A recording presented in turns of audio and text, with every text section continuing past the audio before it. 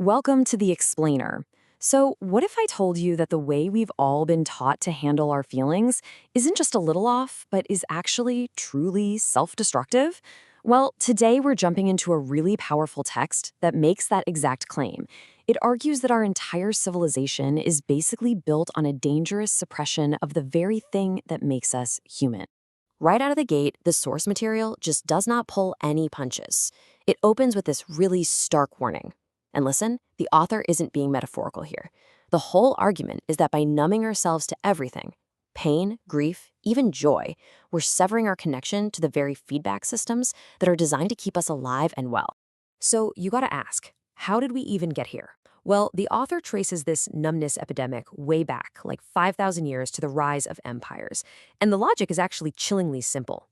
If you want to build and maintain an empire, you need soldiers who can kill and workers who can just toil away without being crippled by empathy or despair. You basically have to wage a war on feelings.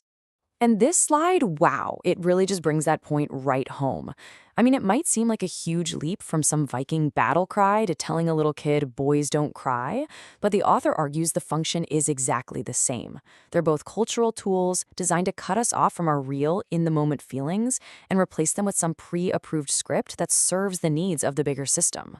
Okay, and this is where the personal stuff suddenly becomes political and even ecological. The author argues that this collective numbness, it puts our entire civilization on a kind of autopilot.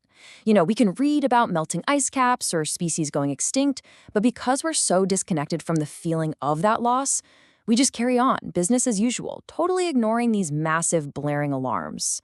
Now, to make this super concrete, the author uses this really provocative term, oil slaves. And here's the math behind it, which is kind of staggering. A single barrel of oil has the energy equivalent of 25,000 hours of human labor. Okay, let that sink in. That's like having a full-time worker at your beck and call for over 12 years. This huge, invisible energy source lets us live our modern lives, completely cut off from the real cost of what we consume. But yeah, this energy party is winding down. The source presents data showing that global fossil fuel production has probably already peaked. Per person energy is projected to just fall off a cliff this century, which means the plug is being pulled on our oil slaves, whether we're ready for it or not. This leads to a pretty sobering idea called the Olduvai theory. It suggests that our industrial civilization isn't just another civilization, it might just be the last one. And why? Because we've used up all the easy-to-get stuff, the low-hanging fruit like easily accessible coal, oil, and minerals. Any society that comes after us would lack the cheap energy and resources to rebuild to this level of complexity. So the author argues this all adds up to a culture that operates at, and I quote, a child level of responsibility. Like a toddler who makes a huge mess and just expects a parent to come clean it up. We pump pollution into the air, dump waste in the oceans, basically externalizing the costs. We operate under this illusion that we can throw things away, completely forgetting that on a closed planet, there is no away. Okay, so we've looked at the massive, big picture problem. But how does all this societal numbness actually show up in our own individual lives? Well, the source introduces a really powerful metaphor for this, and it's called the box. The text defines the box as this collection of survival strategies we all developed when we were kids. Just think of all the beliefs, assumptions, and defense mechanisms you learned just to navigate your family and school. Back then, they were totally essential for your survival. The problem is, as adults, those exact same strategies become a prison that really limits our experience of life. And hey, this is not just some abstract theory. The source is asking you to apply it directly to your own life. What are the walls of your box? What are those unexamined beliefs you just inherited from your family or your culture that might be holding you back without you even having a clue?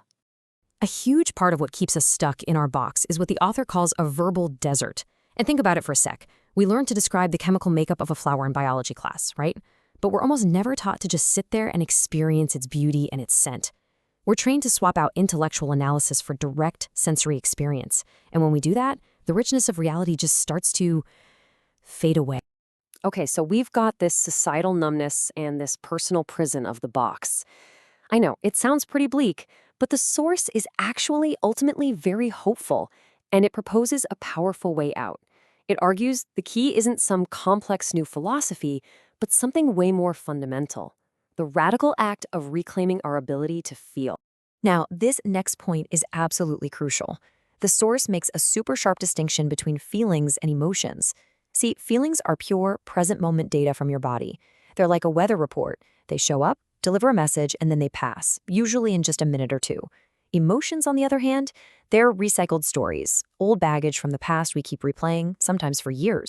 The source gives us a new map for these core feelings, reframing them as allies, not enemies. So, anger isn't just destructive rage, it's the energy to protect your boundaries. Sadness isn't weakness, it's the healthy process of letting go.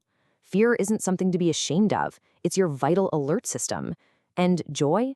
Well, that's our birthright, the feeling of connection and expansion. All right, now we all have a little saboteur inside us, and the author gives it a name, the gremlin. This is the part of your psyche that just loves drama. It feeds on victim stories, on blame, on gossip. And why? Because it's a sneaky, indirect way to get the energy and attention you crave without ever having to take the risk of being genuinely vulnerable and expressing your true feeling. And look, this inner work is not just some self-help project. The author makes a really powerful claim that learning to feel again is the fundamental building block of a new, more sustainable culture. The path to changing society actually begins with personal healing. So, is anyone actually doing this? The source points to a really hopeful trend, this growing global movement of what it calls cultural creatives.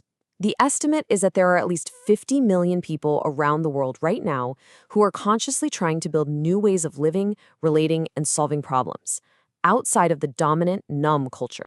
But let's not get ahead of ourselves. While 50 million is a huge number, it's still less than 1% of the global population. This chart really puts the scale of the challenge into perspective. The vast majority of humanity is still operating within that old paradigm of emotional suppression. And this brings us to the final, really powerful metaphor from the source. It asks us, are you a planet or are you a star? Planets are passive, right? They consume more energy than they radiate, and they just orbit existing structures. Stars, on the other hand, they're generative. They create their own energy, their own light, and by doing that, they create new systems of possibility that others can orbit around. And so, the source leaves us not with a neat solution, but with a deeply personal and provocative question. It suggests that in the face of all our global crises, the most important question isn't what should we do, but something far more fundamental. The ship of civilization is going down. What are you feeling? The text's final radical claim is that the answer to our collective problems can only be found inside the answer to that question.